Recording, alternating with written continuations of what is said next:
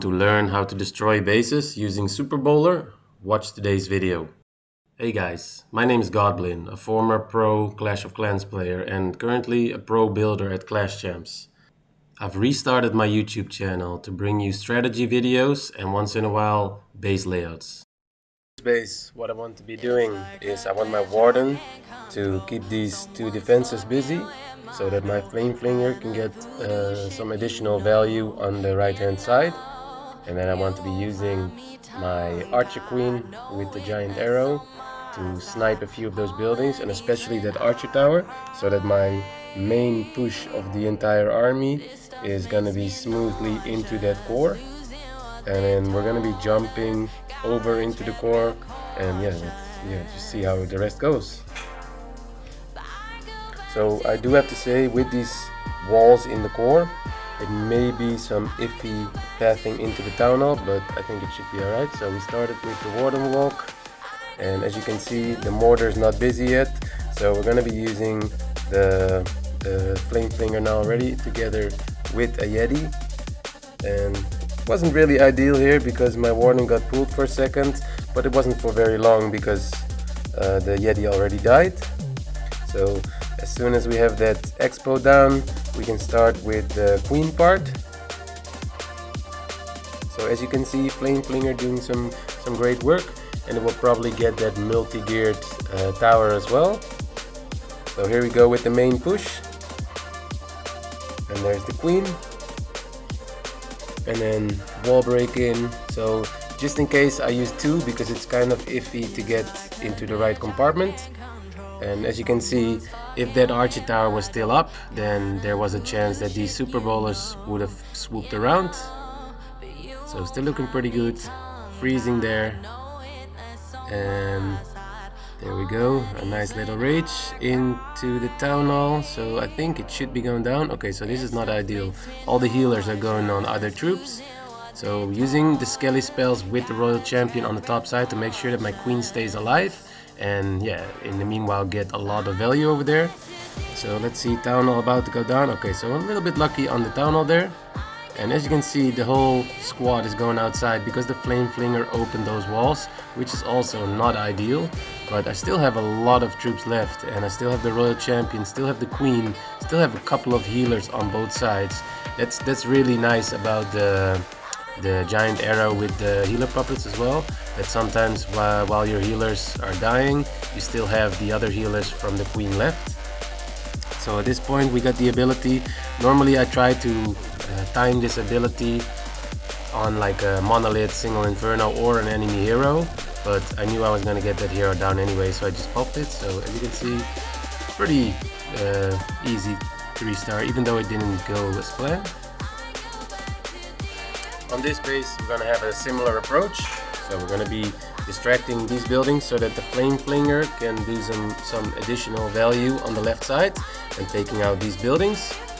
And then we're gonna use the Queen once again to set the funnel on the other side. And then ideally we're gonna be entering into the compartment with the Queen. So we're gonna have to wait with the Warden a little bit and with the Queen, and then hopefully everything will get together. But as you can see with the junction in the core, even if my troops end up going into the Expo and Queen compartment, it's still gonna be pretty much the same.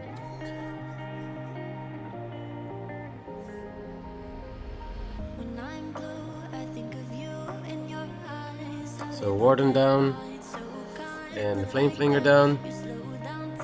So as you can see, Expo is on my Warden, as is the mortar. And even if there's like 2 Expos or one of those ricochet cannons, then you definitely need to rage your Warden. But it's okay to use 1 rage on your Warden, sometimes even 2 if you get enough value. So need to get that Headhunter down there with the rage. There we go. So making easy work of the Minion Prince. And as you can see now, this Flame Flinger is gonna get all that value on the bottom side until it dies out. So there's the arrow. Kinda missed it ideally, but as long as I get that collector down, I should be fine. So dropping the army with the Ice Golem, which is not really going as I planned. And then as soon as we're into that compartment, we're gonna be jumping into the core. So with this ice golem, I often use it in front of my kill squad, but if I feel like I need extra value from the queen, then I can also use it in front of the queen when I deploy her. So as you can see on the top side, that flame flinger is doing great value. And yeah, this core is gonna get wrecked, so tornado not ideal, and my healers are getting smashed down by that scatter shot. So king ability doing some nice work, and now I just need to figure out where I'm gonna be dropping my RC. So I choose to drop her in front of my queen so that my queen stays alive once again.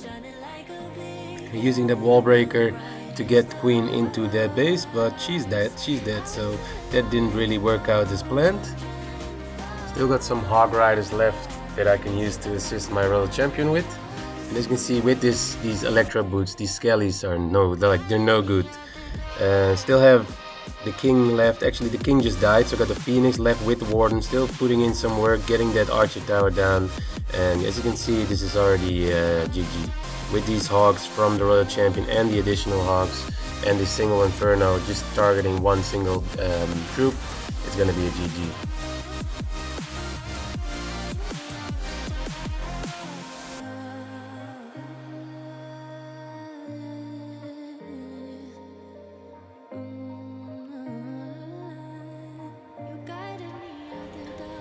Once again, we're gonna warden walk and then distract the mortar and then start the flame flinger on the side. And instead of entering here with this iffy jump, because it will have us end up in the town hall compartment and get damage from all the sides. So we're gonna be entering in this compartment and then have the queen funnel these buildings and then jump pretty much further into the base, and yeah, then pretty much overwhelm the base.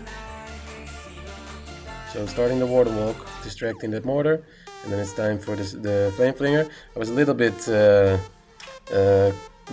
careless here because I didn't drop the barbarian first to check for Teslas, so definitely do that in the future. So dropping that baby dragon to just help funnel a little bit because there's a lot of storages there, so my warden will take a lot of time, and I want my warden to get a little bit of value here.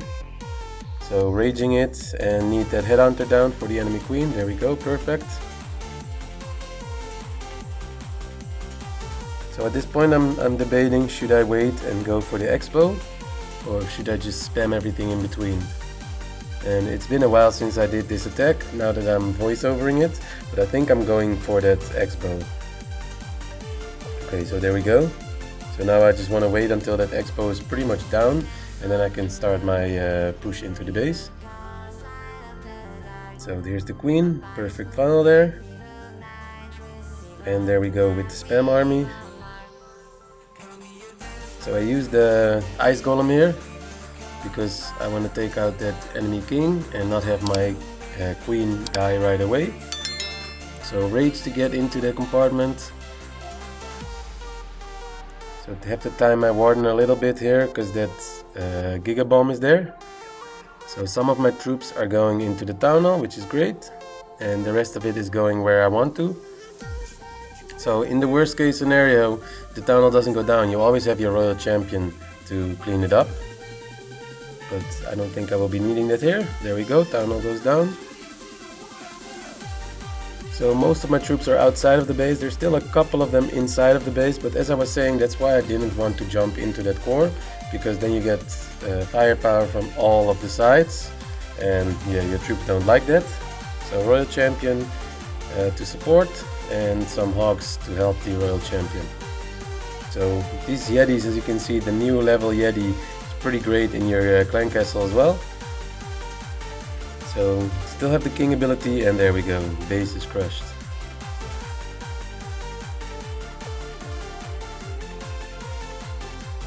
We're going through it a little bit quicker now. So we're starting our flame flinger on the left, and then warden walk and get a lot of value there with rages. And then we're going to start our main push on the 6 o'clock side, and then use the queen to snipe that air defense so that I can go into the base nicely. So test barbarian here, and then get some value with that flame flinger, and then use the warden. There we go. So a little bit late, unnecessarily late here.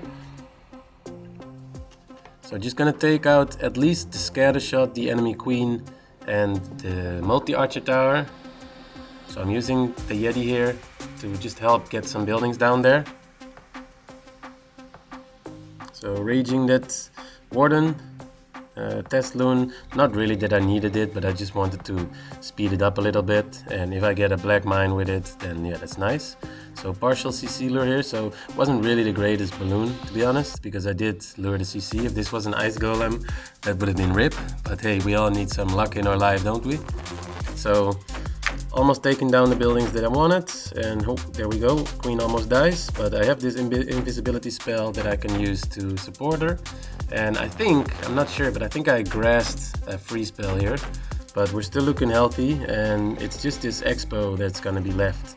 But we have the apprentice warden that's gonna be helping, so we should be fine here. So I will need two wall breakers, because the first one is going to go on the Inferno Tower, and then the second one is going to go on the Expo on the right.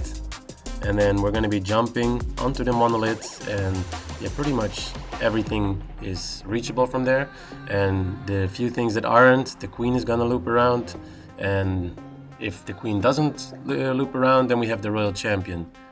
So raging up this army. And the CC timing is not really ideal here, especially since we don't have that freeze that I grassed. But with all these troops left and the warden ability here, this is already looking crushed. The only thing that can save this raid is the town hall not going down, but even if it would stay up, I feel like the king ability, royal champion ability, and all these troops left would have taken it down anyways, but it wasn't needed. So town hall secure. Some nice little snakes from the king, and there we go with the ability, and yeah, as you can see, this is crushed. So with a grass freeze, still overwhelming 3-star. So definitely give this attack a try.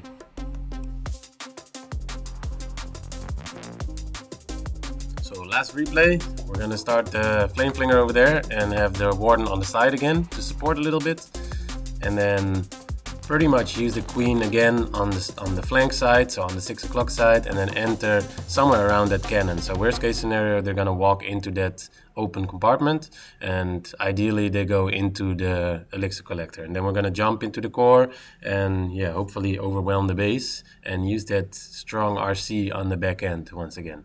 So warden down and flame flinger down. So I should be able to cruise through this easily without using any spells.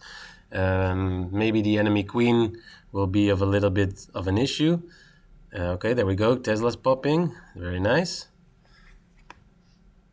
So depending on where the warden is going, I was kind of hoping he was going to go left a little bit, and then I was going to rage the warden, but since he turned to the right side, there's no real point in like very much delaying this attack. So yeah, we're just going to start the whole push. Healers should stay out of range of that air defense.